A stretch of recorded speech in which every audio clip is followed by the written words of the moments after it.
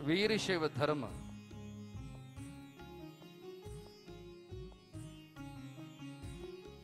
अत्यंत सनातन धर्म है, पुरातन धर्म। कुछ लोगों के मन में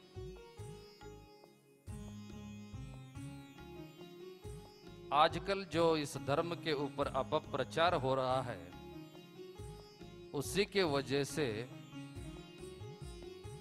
इस धर्म के स्थापना के बारे में, समय के बारे में दुविधा की योचना आ रहा है। मगर ये सही नहीं है। आज हम शास्त्राधार पूर्वक आप सभी लोगों को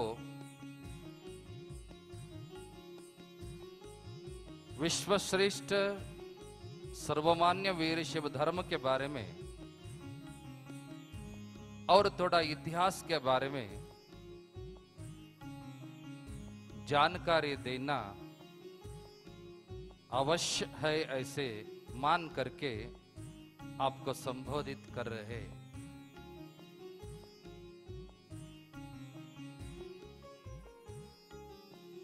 हमने कहा वीरशैव धर्म पुरातन और सनातन।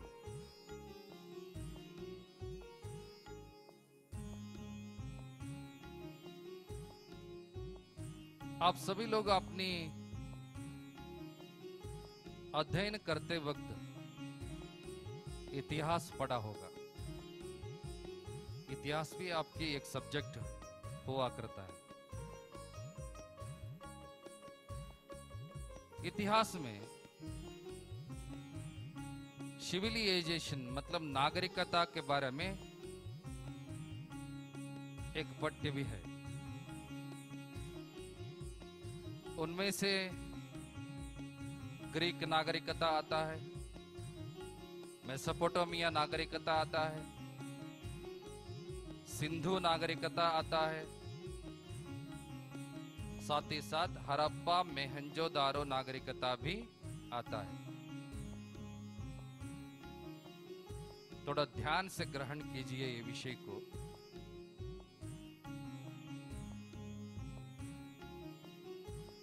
उनमें से एक नागरिकता हड़प्पा मोहनजोदारो।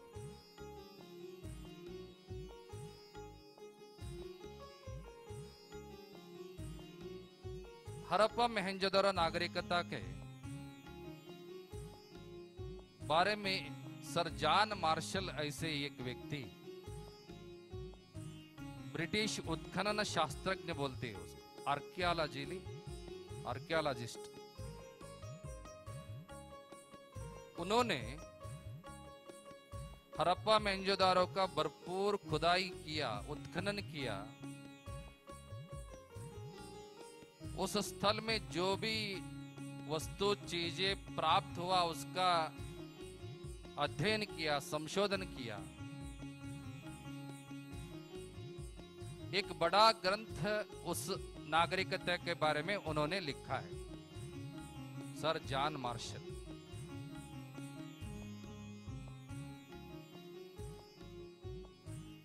अपने किताब में वो बोलते हैं, लिखा है,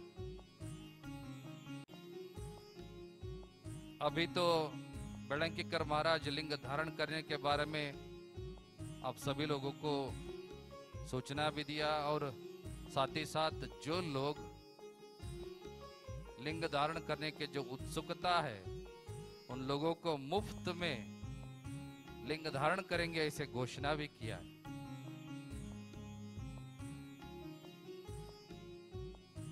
आज वीरशैव लिंगायत समाज बांधव जो लिंग पूजा करते हैं, लिंग जैसा है आप सभी को पता है, ऐसे ही लिंग हड़प्पा मोहनजोदारो के उत्खनन के समय में मिला है। इतना ही नहीं, आपके घर में जो जो पूजा सामग्री है, भस्म है, गंध है, जो पूजा परिकर है, भस्म रखने के जो डब्बे होता है, गंध रखने का जो बर्तन होता है, वो सारे पूजा परिकर हड़प्पा मोहनजोदारो के उत्खनन के समय में मिला है। वो लिखता है, ये सारी चीजों को देखते हुए स्पष्ट रूप से कह सकते हैं ये वीर शैव परंपरा से संबंधित चीजें हैं। सर जॉन मार्शल, याद रखिए, जो भी अध्ययन करना चाहते हैं कर सकते हैं। ये चीजें तो हो गया। बाद में सभी नागरिकता के समय को निर्धार करने के लिए दुनिया के अत्यंत श्रेष्ठ विज्ञानी, तत्वज्ञानी और आर्कियोलॉजिस्ट एकत्रित होकर के निर्णय लेते हैं। ग्रीक का एक समय है, मेसोपोटामिया का एक समय है, सिंधु का एक समय है, हड़प्पा मोहनजोदारो का समय का निर्धारित करते हैं। आप सभी लोगों को जान करके आश्चर्य होगा, वो निर्णय लेते हैं 5000 से 7000 पुरातन ये हड़प्पा मोहनजोदारो नागरिकता है। इससे पता चलता है, इससे हम निर्णय ले सकते हैं। ऐसे देखा जाए तो जैसे बेलंकीकर महाराज बोले, वीर शैव परंपरा जब इस दुनिया का संस्थापन हुआ, उत्पन्न हुआ, सृष्टि हुआ, तब से ही है। कृत युग में भी था, त्रेता युग में भी था, द्वापर में भी था और कलयुग में भी उपस्थित है। मगर आप सब लोग, कुछ लोग इतिहास को निर्धारित समय पे आधार सहित मांगते हैं ना, इसलिए कलयुग में जो हड़प्पा मोहनजोदारो का चीजें जो मिला है उसको देख करके वो सारे लोग निर्णय लेते हैं 5000 से 7000 पुरातन। इससे सिद्ध होता है हमारी वीर शैव लिंगायत परंपरा उससे ही पुरातन है। ऐसे हमको गर्व और मान सम्मान से बोलना चाहिए। ये आजकल का धर्म नहीं है, अत्यंत पुरातन धर्म है, सनातन धर्म है। और एक बात उसमें लिखा गया है, वो किताब में, लिंग मिला है, पूजा परिकर मिला है, पूजा पाठ मिला है, पूजा साहित्य मिला है, मगर एक भी मंदिर नहीं मिला है, एक भी देवस्थान नहीं मिला है, सिर्फ लिंग मिला है। मतलब लिंग संस्कृत के लोग अत्यंत बहुत बढ़िया संख्या में हड़प्पा मोहनजोदारो में जो समय में हुआ करते थे, ऐसे हमको अत्यंत श्रेष्ठ रूप से समझ आता है। इसलिए हमें गर्व होना चाहिए, दुनिया का अत्यंत पुरातन और सनातन धर्म वीर शैव धर्म है, ऐसे हमको वो हमेशा गर्व होना चाहिए।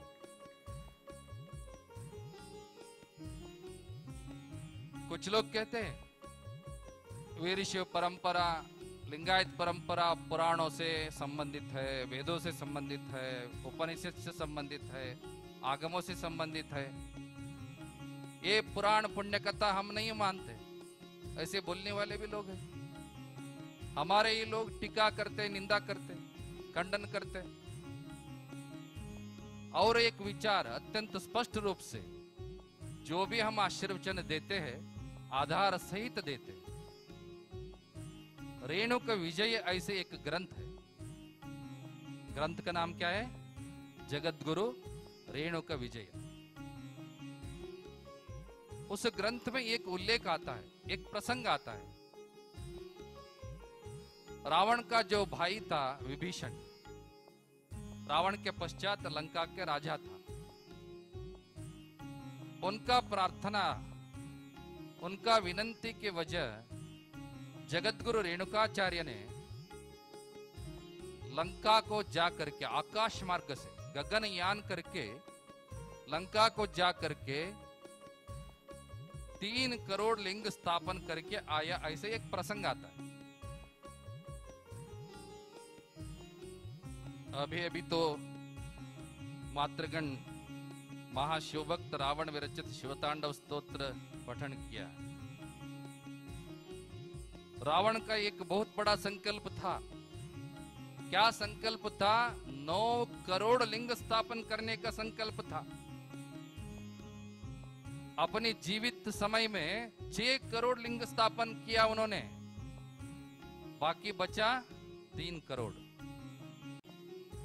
अंतिम समय में जान जाते वक्त में भी लिंग स्थापना के बारे में अपनी भाई से वचन लेता है रावण, इसको तुम्हें पूर्ण करना होगा।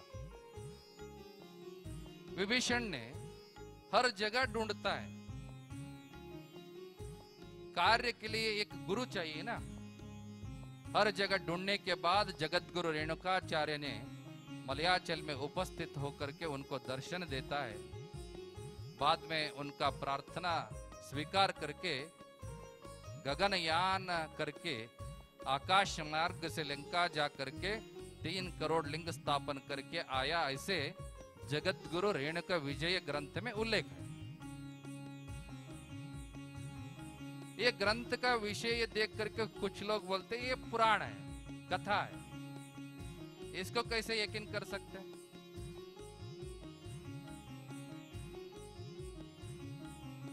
उन्नीस 1970 में एक व्यक्ति लंका गया, वेदमूर्ति वीरय्य शास्त्री मठ बोल के, वो बेंगलुरु में हुआ करता था। 1 महीने पहले उनका लिंगैक हुआ, शतायुषी था वो लंका गया, लंका में संशोधन किया। वो भी जान करके आपको आश्चर्य होगा, जापना, आप तो नाम सुना होगा, लंका में जापना नाम के एक शहर है। वो शहर से उत्तर दिशा गया तो 40 किलोमीटर गया तो वहां एक गांव मिलता है, वो परिसर को बोलते हैं लिंगमलई। याद रखिए, लिंगमलई। उस गांव के परिसर में 2 गांव आता है, वो 2 गांवों का नाम है रेणुका वन और रेणुका ग्राम। आज भी उपस्थित है। वो दोनों गांवों के बीच में एक नदी बहता है, नदी बहती है। वो नदी के तट पर, दोनों तट के ऊपर 3-4 किलोमीटर तक जहां भी आप पांव रखिए, हर जगह आपको लिंगी ही दिखता है, लिंगी ही दिखता है, लिंगी ही दिखता है। आज भी लंका कहां, लिंग स्थापन कहां, लिंग कहां, वो स्थल को संशोधन करने के बाद वीरय्य शास्त्री मठ अपनी एक प्रबंध में लिखता है, जो जगत गुरु रेणुका विजय में जो उल्लेख आया था, वो सत्य घटना के आधारित आया था। वो कथा नहीं, सत्य घटना है। आज भी आप जाकर, कोई भी जाना है तो जा सकते हैं। लंका के लोग रेणुक के ऊपर अत्यंत श्रेष्ठ रूप से भक्ति अर्पण करते हैं। यहाँ पर कुछ लोग क्रिकेट प्रेमी आए होंगे, आए ना? लंका के पहले पुराना प्लेयर्स का नाम पता है आपको? बहुत सारे प्लेयर्स का नाम आखिरी जो सरनेम होता था रेणुके, रेणुका। आज भी कोलंबो में एक प्रदेश को रेणुका सिटी ऐसे कहा जाता है, कोलंबो में। इतना ही नहीं, वहां पर भी शिवाचार्य परंपरा है। जहां पर लिंगमलई गांव मिला है ना, वहां पर एक शिवाचार्य परंपरा है, मगर उनको अभी शादी हुआ है। उनका जो 2 बेटी है, उनका नाम क्या रखा है आपको याद होना चाहिए, दारुका और रेणुका नाम रखा है। ये इंडिया में नहीं हुआ है, लंका में हुआ है। विदेशी लोग भी हमारा परंपरा को स्वीकार करके इतना मान सम्मान देते हैं, तो उसी धर्म में जन्म किया है, उसी जात में पैदा हुआ है। नाम से पुकारते हो हम वीरशैव लिंगायत, जात से पुकारते हो हम वीरशैव लिंगायत। हमको कितना गर्व होना चाहिए। इसलिए ये पता चलता है, सिद्ध होता है, ये धर्म अत्यंत पुरातन और सनातन धर्म है वीर शैव लिंगायत परंपरा।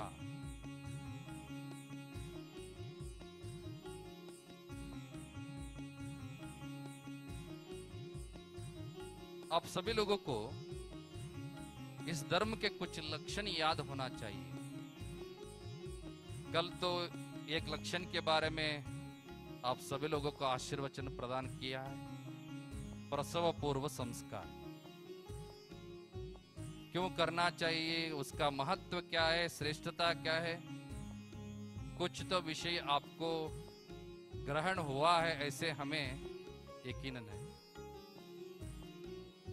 आजकल तो सत्ता से महिला लोग प्रेजर कर रहे हैं, हमको भी पुरुषों के बराबर ही समानता मिलना चाहिए। आज कितना है रिजर्वेशन महिला लोगों के लिए? 33%, 33%। उसको 50 तक बढ़ाना चाहिए, ऐसे उन लोगों का प्रेजर है, मतलब उन लोगों का इच्छा है।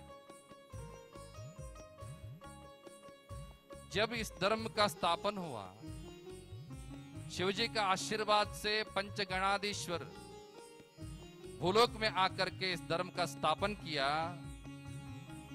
तभी कहा गया और आदेश दिया गया पुरुषों के बराबरी समानता स्त्रियों को भी देना है। ऐसे एक धर्म इस दुनिया में आज भी है, वो धर्म है वीर शैव लिंगायत धर्म।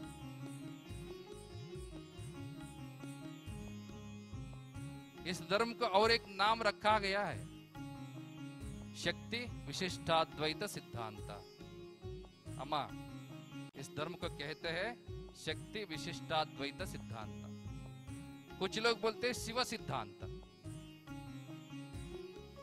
ये सिद्धांत शिव और शक्ति दोनों का समन्वयात्मक समन्वय सिद्धांत है वीर शैव परंपरा।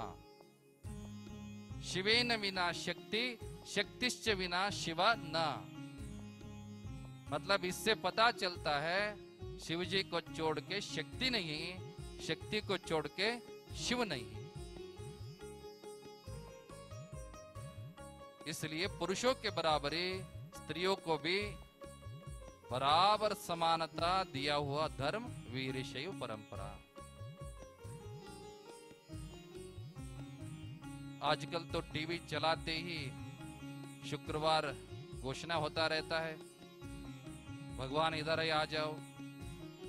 भानुवार चलाए तो भगवान इधर ही आ जाओ, ऐसे बोलने वाले, घोषणा करने वाले लोग मिलते ही रहते। मतांतर भी चालू है, आमिष करके कुछ अपेक्षा व्यक्त करके लोगों को मतांतर करने का जो काम आज भी चालू है। मगर एक धर्म में भगवान किधर भी नहीं है, अन्यत्र नहीं है, भगवान तुम में ही बसा है।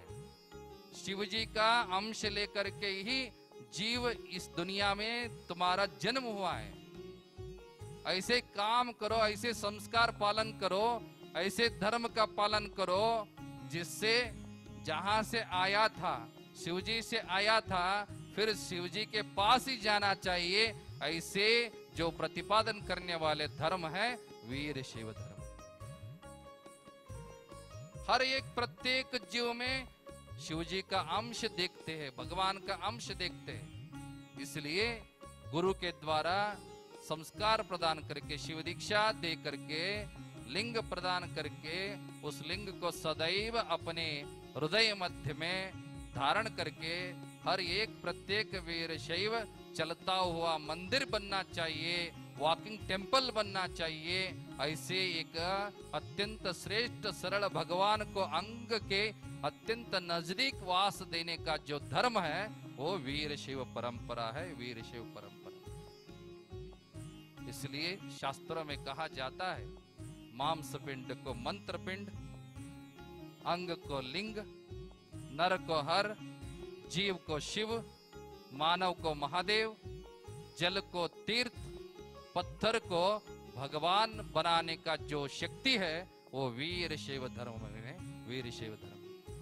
इतना ही नहीं, पदार्थ को प्रसाद भी परिवर्तन हो सकता है।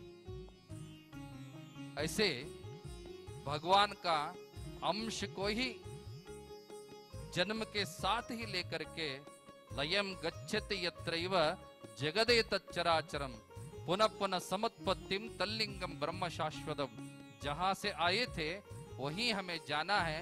वो जाने का रास्ता जो आपको गाड़ी चलाते वक्त आरटीओ आपको एक ड्राइविंग लाइसेंस देता है, वो लाइसेंस रहा तो आप कभी भी घूम सकते हैं गाड़ी लेकर। ऐसे गुरु के द्वारा लिंग धारण ऐसे एक लाइसेंस लिया तो जहां से आए थे वापस शिव जी के पास जाने के लिए आपको लाइसेंस है, वो गले में लिंग है, ऐसे आप सभी लोगों को अवश्य जानना चाहिए। इतना ही नहीं, कुछ धर्म में सूतक माना जाता है, प्रसूति सूतक, मरण सूतक, रजो सूतक, जाति सूतक, उच्चिष्ट सूतक, ये पंच महासूतक कहलाता है। जो व्यक्ति लिंग धारण किया हुआ है, जिसके गले में लिंग है, वो व्यक्ति को ये पंच महासूतक बाधित नहीं करता, ऐसे शास्त्रों में कहा गया है।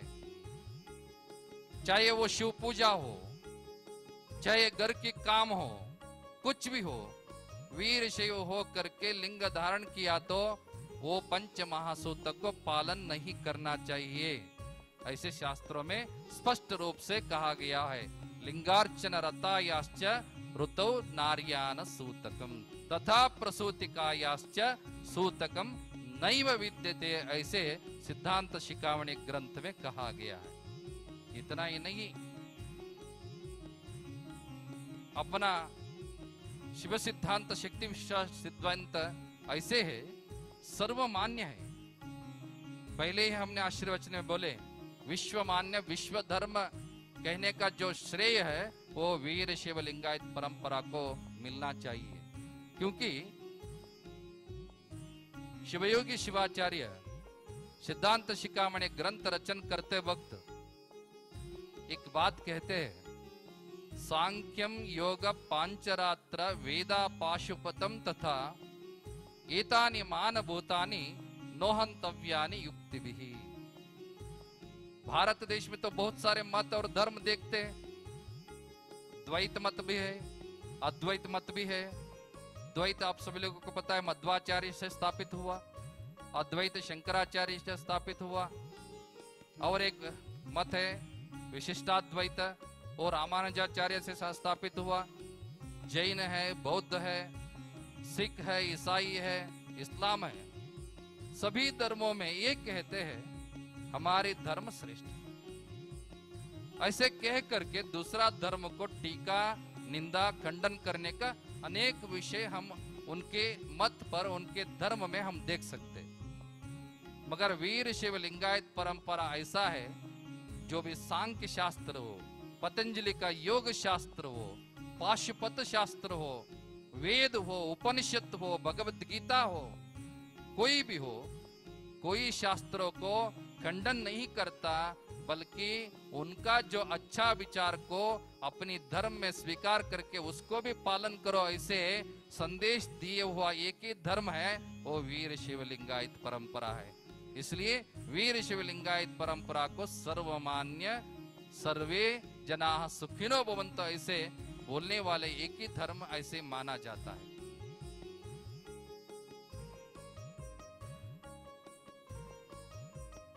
कुछ लोग ऐसे भी लोग हैं जो अपना धर्म को खंडन करते वक्त कुछ भी बोलते ही रहते हैं। हर एक प्रत्येक वीर शिव को जन्म को क्या कहते हैं? एक शिशु का जन्म हुआ ऐसे सोचो। वीर शिव लोगों में जनन को लिंगोद्भव कहता है। क्या कहते हैं? लिंगोद्भव। लिंगोद्भव ऐसे इसलिए कहता है, जो मां की गोद में रहते वक्त 8वें मास में लिंग धारण किस शिशु को, जिस शिशु को लिंग धारण हो, वो सभी शिशुओं का जन्म को लिंगोद्भव अवश्य कहना चाहिए। और साथ ही साथ जो अंतिम समय में लिंगैक्य मतलब मरण समय में जो भी चीजें हैं, गहने हैं, सोने हैं, कुछ भी है, सब उतारते हैं ना। एक ही चीज बचता है, छोड़ता है, वो क्या है? धारण किया हुआ लिंग को छोड़ते हैं। मैसूर प्रदेश में लिंग को मुंह में रखने का पद्धति है। कुछ लोग यहाँ रट्टे पर बांधने का पद्धति है। कुछ लोग सर के ऊपर रखने का पद्धति है। कुछ लोग जहां है वहीं रह करके अंतिम क्रिया करते हैं। मगर अंतिम समय में जो शिवजी के पास जाते वक्त आपके साथ जो चीज रहता है, कौन सा चीज रहता है? लिंग ही रहता है, बाकी कुछ नहीं। जो भी कपड़े पे वो उसको भी निकालते। इसलिए लिंगोद्भव और लिंग ऐक्य, लिंग के साथ ऐक्य होने की वजह से उसको बोलते हैं लिंग ऐक्य। कुछ लोग बोलते हैं ऐसे लिंगोद्भव कैसे हो सकता है? लिंग से रेणुकाचार्य दारुकाचार्य कैसे उत्पन्न हो सकता है? ऐसे कैसे हो सकता है? थोड़ा जानिए। हम इस मंच से कोई अन्य धर्म को खंडना नहीं करना चाहते, निंदा नहीं करना चाहते, मगर वहां जो उपस्थित अंशों को आप प्यार करते, स्वीकार करते, ऐसे ही हमारा परंपरा को भी स्वीकार करना चाहिए ना। विष्णु का दशावतार तो आपको पता है, उनमें से एक अवतार आता है उग्र नरसिंह अवतार, पता है ना?